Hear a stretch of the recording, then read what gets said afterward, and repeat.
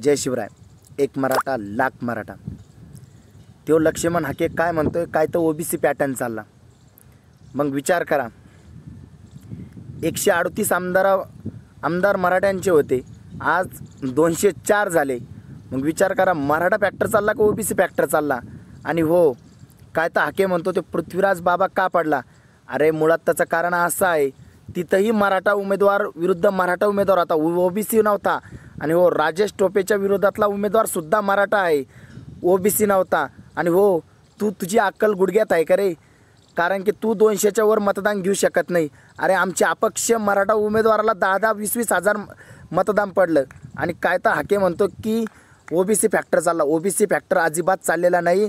मराठा योद्धा श्री मनोज जरांगे पाटील यांनी स्पष्ट सांगितलं होतं की मी मराठ्यांना माझ्या बंधनातून मोकळं करतोय. जो उमेदवार सक्षम असेल त्याला मतदान करा. मग आम्हाला जो उमेदवार हिंदुत्वाच्या याच्यावरून लढाई लढल्या गेली म्हणून आम्ही आमदाराला मतदान केलं. आणि हो, मराठा समाजाच्या 1 लाख मतदान आहे त्या तालुक्यात तर मतदान आमच्या हिशोबानंच झालं ना. मग मराठा फॅक्टर चालला का जरांगे फॅक्टर चालला का ओबीसी फॅक्टर चालला. ओबीसी उमेदवार नाही, ओबीसी उमेदवार कमीच निवडून आले. मराठा उमेदवार 204 झाले. मग हाके विचार करून बोल. हाके विधानसभेला उभा राहिला तर 400चे आणि 200ची लीड घेतली. म्हणजे 200 आणि 400 मतांनी तो त्याचं डिपॉझिट जप्त झालं. आणि काय तर तू म्हणतोय माझा उमेदवार निवडून आला पाहिजे. एकही उमेदवार निवडून नाही आला. काय वाटलं असेल ते प्रकाश आंबेडकर साहेबाला. या हाक्यामुळे ओबीसीचं वंचित बहुजन आघाडीचं एकही सीट लागलं नाही. फक्त त्याचं कारणीभूत हाके. कारण ओबीसीचा गटसुद्धा राखला गेला नाही. आणि काय तर म्हणताय ओबीसी पॅटर्न. अरे हाके, तुला लाज वाटू दे, थोडी तरी लाज वाटू दे. एक तरी वंचित बहुजन आघाडीचं सीट लागायला हवं होतं. महाराष्ट्रामध्ये किमान 50 सीटाची हे होती, 100 सीटाचं ओबीसी, 50 सीटं SC NT. मग का बरं लागले नाही. वंचित बहुजन आघाडीचं एकच सीट लागलं नाही. त्याचं कारण आहे हाक्याने वंचित बहुजन आघाडीचा प्रचार केला म्हणून सीट लागलं नाही. मग कसं वाईट वाटल्यासारखं वाटतंय. आणि हो, अरे हाके, तुला लाज वाटली पाहिजे. ओबीसी करतोय ना. अरे तू प्रचार कोणाचा केला, वंचित बहुजन आघाडीचा तू प्रचार केला. मग तुझं सीट लागलं का. तिथं राजेश टोपेच्या विरोधात बोलतंय, ठीक आहे, मान्य आहे, ओबीसीचा तुझा गड होता. मग का बरं ते खटकेताई निवडून नाही आली. आणि हो, ओबीसीचा एवढा पुळका आहे ना, मग ओबीसीचे सीटं का नाही लागले. जिथं मराठा उमेदवार होता तिथं मराठा उमेदवारावर मात केली. 138 आमदारापैकी कमी व्हायला झालेले पाहिजे होते. तर मग 138 पैकी 204 आमदार झाले मराठ्यांचे 288 पैकी. मराठा समाजाने हिंदू म्हणून मतदान तुम्हाला केलंय. आता मराठाला आरक्षण देण्यासाठी तुम्ही तत्पर राहा. लक्ष्मण हाक्यांनी मीडियाला बोलवून सांगितलं होतं की आम्ही मराठ्यांचे आमदार पाडणार. पूर्ण यादी बनवली होती 134 आमदारांची. मग हे कसं झालं, काय झालं, काही समजायलाच तयार नाही.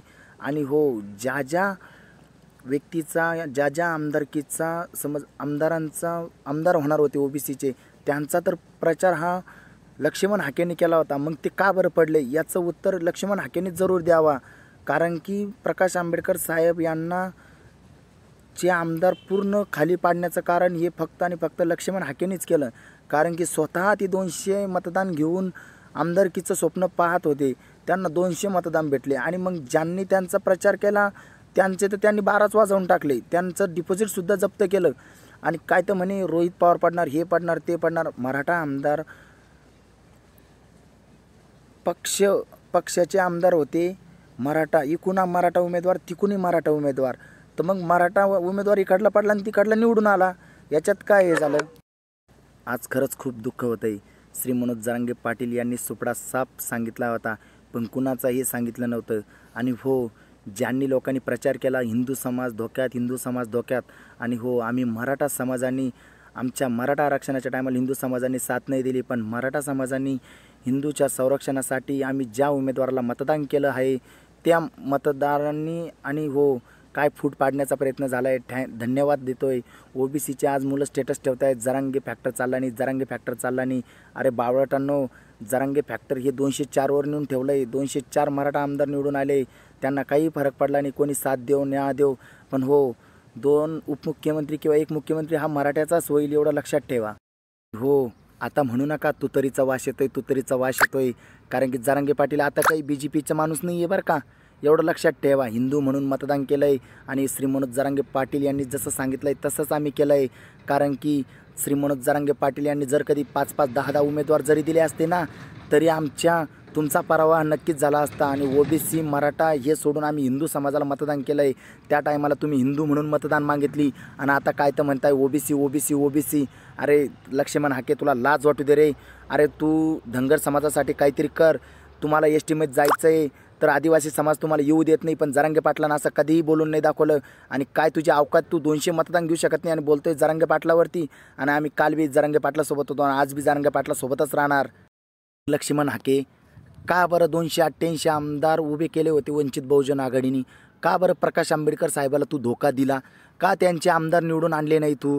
काय तो ओबीसी ओबीसी म्हणतोय, मग आमदार निवडून का नाही आणले तू? कोणते आमदार निवडून आणले ते तरी स्पष्ट सांग ना.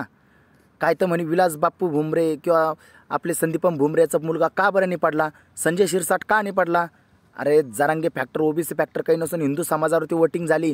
तू तर म्हटला होता आमच्याकडे लिस्ट करेल, लिस्टपैकी एक तरी आमदार पडलेला आहे का तुझा? आणि काय तर TV9ला बाईट देतोय तू. तुझी अवकात काय? तू 200 मतांनी निवडून ते आधी तू आमदारकीला का बरं उभा नाही राहिला? तू कोणी निवडून आला? अरे तू फक्त पैसे खाय आणि झोपून राह. जो बी भाडखाऊ श्री मनोज जरांगे पाटीलवर वाईट कमेंट करेल ना, त्याचे बी हातपाय तोडण्याची आमच्या धमक आहे बरं का, एवढं लक्षात असू द्या. कारण की आम्ही खूप जणांना बघतोय, कारण की आता वाईट कमेंट चालू झाले आहे. अरे आम्ही तरी हिंदू म्हणूनच मतदान केलं, हिंदू म्हणून मतदान मागितले, तसे आम्ही मतदान केलं. पण आज आमच्या जातीवरती श्री मनोज जरांगे पाटील यांच्यावर जर कधी कोणी टीका केली त्याचा आम्ही हातपाय तोडल्याशिवाय राहणार नाही. एक मराठा लाख मराठा. जरांगे पाटील प्रेमी.